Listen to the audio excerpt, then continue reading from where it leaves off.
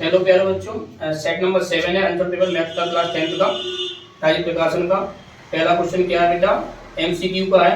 65 और 117 का एचसीएफ है जो वो 65p माइनस 117 के रूप में है, यानी कि 65 और 117 का एचसीएफ जो है आपको दे रखा है 65p माइनस 117 के रूप में।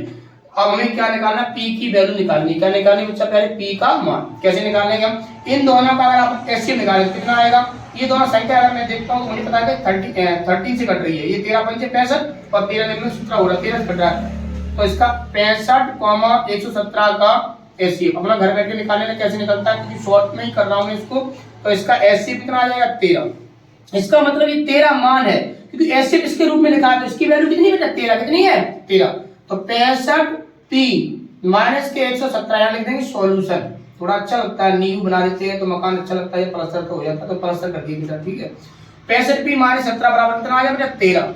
65p बराबर 13, ये माइनस के 117 है, इधर जाएगा किसका हो जाएगा 117 प्लस का, दोनों को जोड़ दो। 65 बराबर 117 प्लस के 13, 120 और 10 130, और यहाँ पे चल रहा p, तो p चलाएंगे साथ में। p का मान निकालना, p बराबर 130 बटे 65, 65 का भाग 130 में देंगे प्यारे बच्चों, कितनी बार जाएगा, 2 बार। तो p का मान आप लोगों के सामने स्क्रीन पर आ गया, कितना है, 2। इसका ऑप्शन आपका बी सही होगा। कौन सा होगा, बी। अब चलते हैं सेट नंबर 7 के क्वेश्चन नंबर 2 पर। क्वेश्चन नंबर 2 है बेटा, 2 tan 45 डिग्री बटे 1 प्लस के tan स्क्वायर 45 डिग्री। अगर किसी बच्चे को परेशानी है कि सर कहीं इंग्लिश में बोल देते कहीं हिंदी में, तो सॉरी बेटा, दोनों में चलता है। ईपी बोर्ड ऐसा बोर्ड ही है बेटा, ना तो उसको हिंदी में प्रॉपर है, ना ही प्रॉपर इंग्लिश में, तो इसीलिए मैं कर पा रहा हूँ उसको इंग्लिश में बोल रहा हूँ कभी कभी हिंदी, तो उसके लिए आपका क्षमा कराती हूँ, क्षमा कर देना बेटा। का मान, और मेरे चैनल को सब्सक्राइब कीजिए, मुझे सपोर्ट करो बेटा, ठीक है, ताकि मैं आपके लिए ऐसी वीडियो और रेगुलर क्लास लेके आते रहे। 2 tan 45 बटे 1 प्लस के tan स्क्वायर 45, इसका मान कितना होगा। तो आप इनकी 45 की वैल्यू रख के भी निकाल सकते हैं, और इसका सूत्र भी होता है, तो हम इसकी वैल्यू रख के निकाल रहे हैं। सॉल्यूशन क्या करेंगे, देखो बेटा, 2 tan, एक बार लिख लेते हैं कोई बात नहीं, 2 tan 45 डिग्री 1 प्लस के tan स्क्वायर 45 डिग्री। 2 बताओ बच्चों, tan 45 का मान कितना होता है, बोलो, 1 कितना होता है, 1 अपॉन 1 प्लस के tan 45 का मान कितना होगा, 1, और स्क्वायर लगा तो क्या लगा देंगे, स्क्वायर, ठीक है। 2 बन जा 2 अपॉन 1 प्लस के 1 का स्क्वायर 1, 2 अपॉन 1 और 1 2, और 2 का डिवाइड 2, सेम संख्या का सेम में डिवाइड कितना आंसर आता है, 1। कितना आता है, 1, ठीक है बेटा। आपका ये आंसर आ चुका आपके सामने, उतारते जाइए, शेयर करते जाइएगा।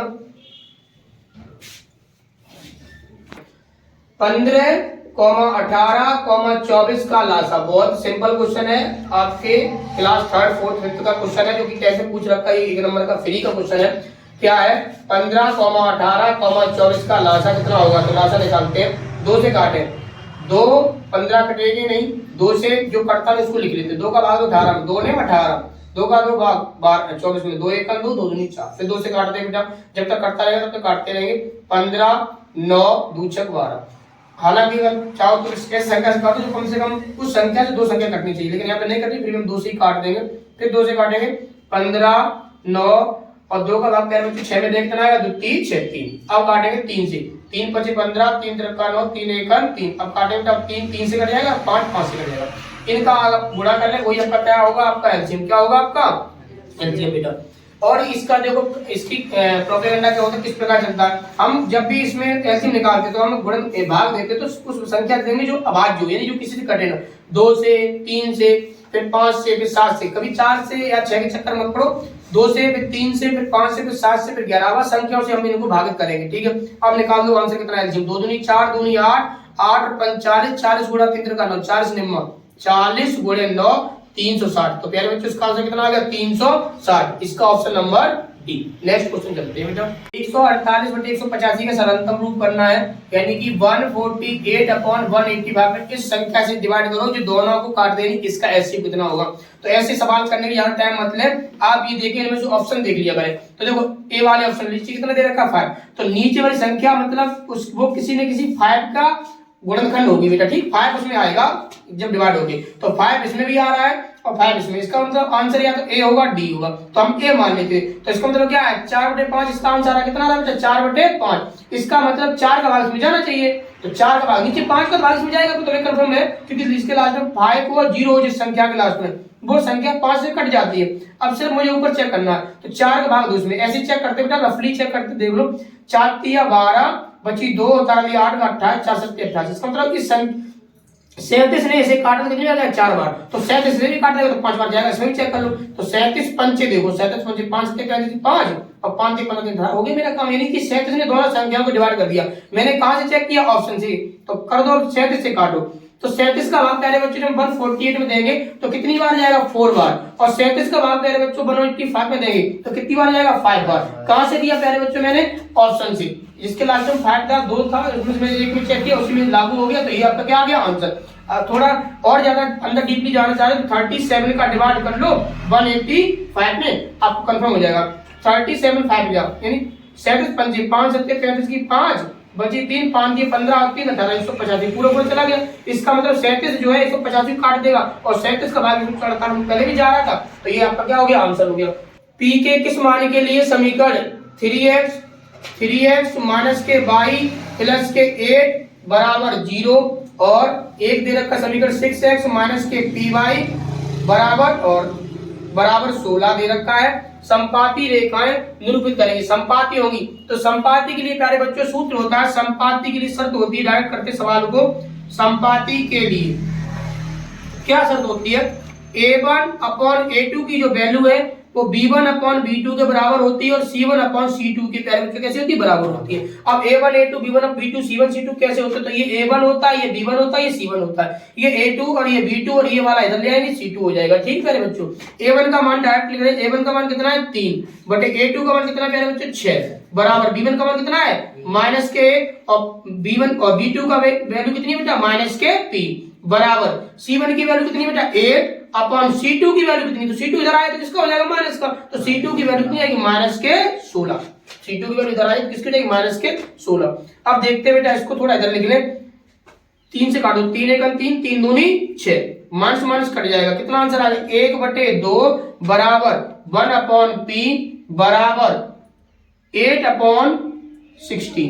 ये दोनों ले लेंगे हम, किसके इक्वल ले लेंगे, फर्स्ट और सेकंड, और ये थर्ड, तो take first and second, take first and second, तो 1/2 बराबर 1/p, p बन जा p बराबर 2 बन जा 2, p की वैल्यू कितनी आ गई प्यारे बच्चों 2, कितनी आ गई 2।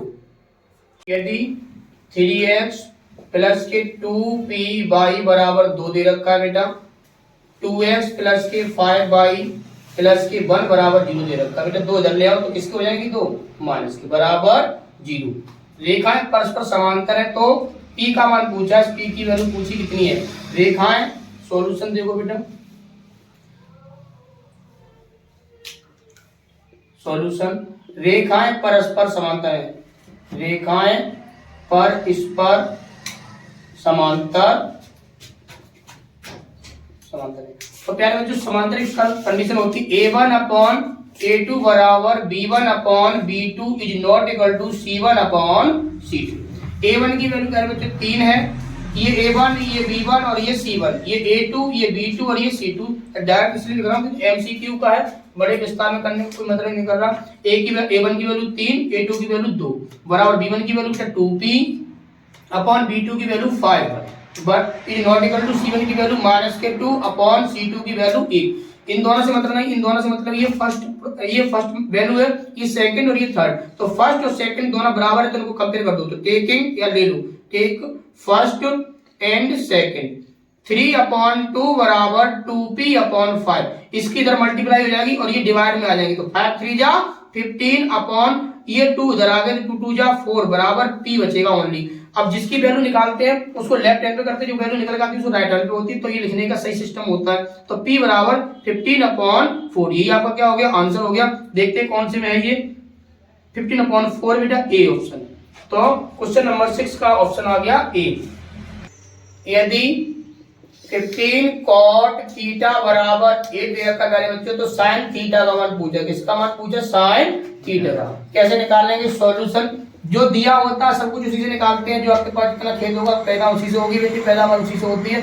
तो देखो 15 cot थीटा बराबर 8, तो cot थीटा बराबर कितना आ जाए 8/15। देखो थीटा यहाँ भी और थीटा यहाँ भी है, अगर ऐसा है दोनों के एंगल सेम हो तो आपको इसमें पाइथागोरस प्रमेय लगाने की कोई जरूरत नहीं, कोई नौबत नहीं आएगी बेटा। जब एंगल अलग अलग होते तो कार्यक्षेत्र बनाते हैं, तब हम चेक करते हैं कौन सा लंब रहा होगा कौन सा कट रहा होगा, उसमें चेंज होता है कौन से लंब रहा चेंज होते कट आता नहीं। और जब आपका थीटा सेम होता है तो उसमें ऐसी कोई नौबत नहीं आती। आपको याद करना पाइथागोरियन ट्रिक होती है, पाइथागोरियन ट्रिक। अगर एक वैल्यू 8 है और एक वैल्यू 15 है तो तीसरी वैल्यू जो होगी वो कितनी होगी 70। कितनी होगी 70। तो क्या करेंगे सूत्र देखो, cot थीटा का होता क्या एक्चुअल में आधार बटे लंब, यानी cot थीटा का त्रिकोणमितीय अनुपात क्या होता है आधार बटे लंब, यानी आधार और लंब का जो अनुपात होता है वो क्या ढाल बन के आता है cot थीटा बन के आता है। आधार की वैल्यू यहाँ से दिखाई दे रही 8, लंब की वैल्यू दिखाई दे रही थी 15। तो अब यहाँ से आधार आएगा तो आधार वो सॉरी कट आएगा, कट क्या होता है इन दोनों के स्क्वायर का योग। तो 8 का स्क्वायर 64 बेटा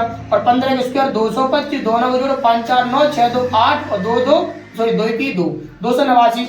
और इनके वर्गों का योग का जो वर्गमूल होता है वो क्या होता है कट। तो कट कितना आएगा इसका वर्गमूल कितना आएगा 17। वैसे मैंने अभी आपको बोल दिया रफली बोला था कि अगर एक वैल्यू 8 है एक वैल्यू 15 है तो नेक्स्ट जो वैल्यू होगी वो 17 होगी। डिसाइड आप करोगे किस प्रकार से दिया है कौन सा अनुपात दे रखा उसी में आप पता चलेगा कि ये कार्ड है और बड़ी वाली भुजा कार्ड होती है, बाकी दो बची लंब हो जाएंगे और एक आधार हो जाएगी। ठीक है कार्ड 17 आ गया। हमें साइन थीटा मान चाहिए तो साइन थीटा बराबर क्या होगा लंब बटे कार्ड। लंब कितना है बेटा सूत्र होता है क्या लाल बटे कक्का या कक्का कह सकते हैं। ये वाला साइन को समर्पित है बेटा, ये वाला कॉज को समर्पित और ये वाला टेन को, ये साइन को और ये टेन को और ये कॉज को। गलत हो गया बेटा, ये साइन को ये कॉज को और ये टेन को। इस साइन का उल्टा होता है, साइन का जो अपोजिट होता है वो कोसेक होता है, कॉज का अपोजिट होता है सेक होता है, कॉट का टेन का अपोजिट कॉट होता है। ये नीचे से पढ़ेंगे तो कॉस और सेक और कॉट की वैल्यू होगी, ऊपर से पढ़ेंगे तो इसकी। तो साइन की क्या होगी L/K, L लंब K फॉर कट। लंब कितना दे रखा है बेटा 15, कट कितना दे रखा है 17। तो साइन थीटा की जो वैल्यू आपके सामने आ रही है कितनी है 15/17। कौन से ऑप्शन सही है 15/17 डी वाले में, कौन सी है डी वैल्यू।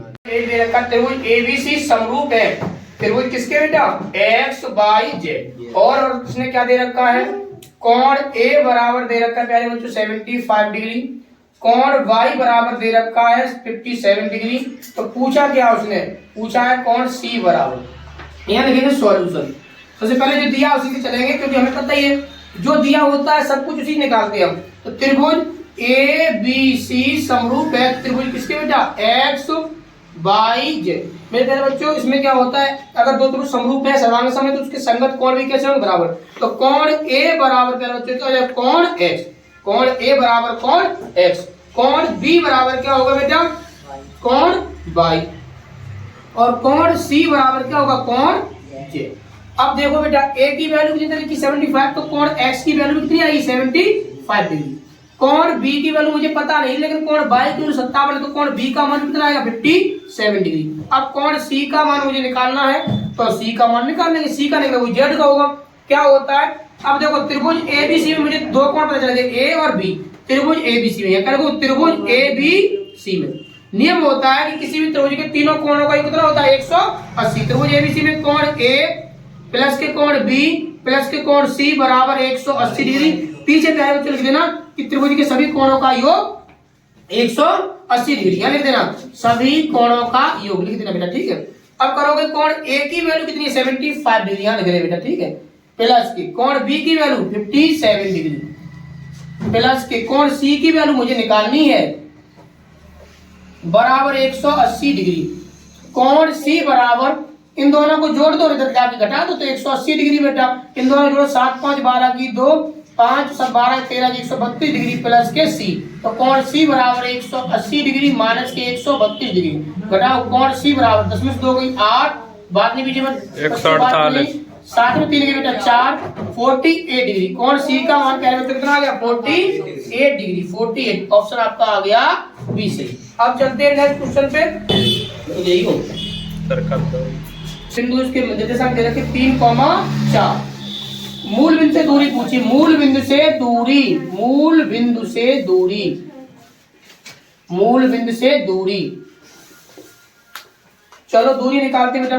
दूरी d बराबर क्या होता है, जब भी मूल बिंदु से दूरी निकाली जाए बेटा इसके लिए सूत्र सिर्फ इतना है कि दोनों x और y जो निर्देशांक इनके वर्गों का योग कर दो।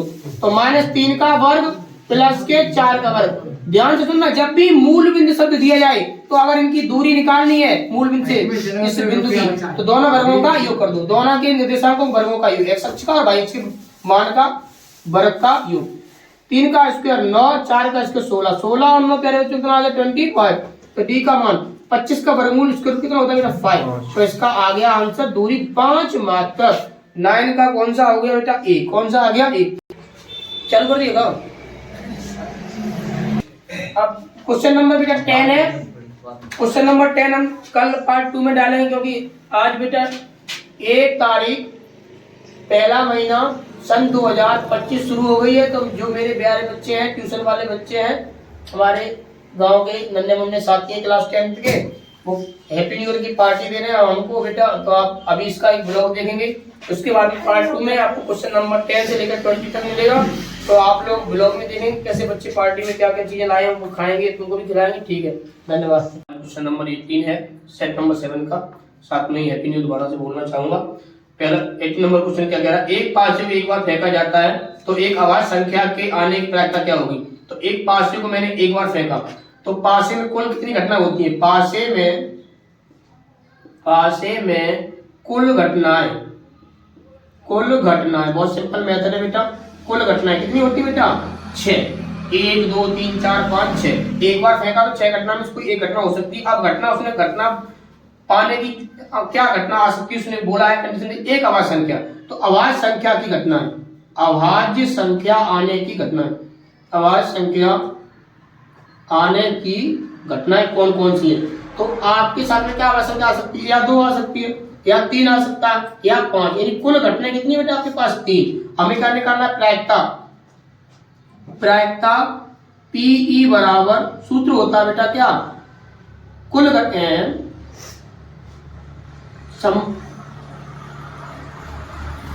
अनुकूल घटना बटे कुल घटना, यानी जो आपके पक्ष में, तो हमारे पक्ष में ये आनी चाहिए, तो अनुकूल घटना बटे कुल घटना। अनुकूल घटना में चलो कितनी है 3, जो आपके पक्ष में आ सकती है, और कुल घटना है कितने में से 6 में से। आंसर क्या आएगा 3 1 जा 3, 3 2 जा 6, कितना आंसर आएगा 1/2। ओके, नेक्स्ट क्वेश्चन देखते हैं, क्वेश्चन नंबर 20। 19 सिंपल है, करवा दूं, बता दूं अभी। 20 भी प्रायिकता के क्वेश्चन है, देख लो। निम्न में से कौन सी किसी घटना की प्रायिकता नहीं हो सकती है, तो घटना की प्रायिकता क्या नहीं हो सकती, जो 1 से बड़ी होगी वो घटना की प्रायिकता नहीं होगी, यानी 1 से बड़ी है कोई और जो, तो घटना की प्रायिकता नहीं है, घटना की प्रायिकता नहीं है। और अगर 1 से माइनस में, अगर 0 से छोटी है, अगर 0 से कैसी है बेटा 0 बड़ा है और वो घटना कैसी है छोटी है, तो प्रायिकता नहीं होगी। इसका मतलब इसमें ऑप्शन कौन सा होगा 4/3। 20 का ए ऑप्शन सही है, 4/3 घटना की प्रायिकता नहीं होगी। और इसमें कौन सा ऑप्शन है बेटा बी वाला। ठीक है, नेक्स्ट अगले क्वेश्चन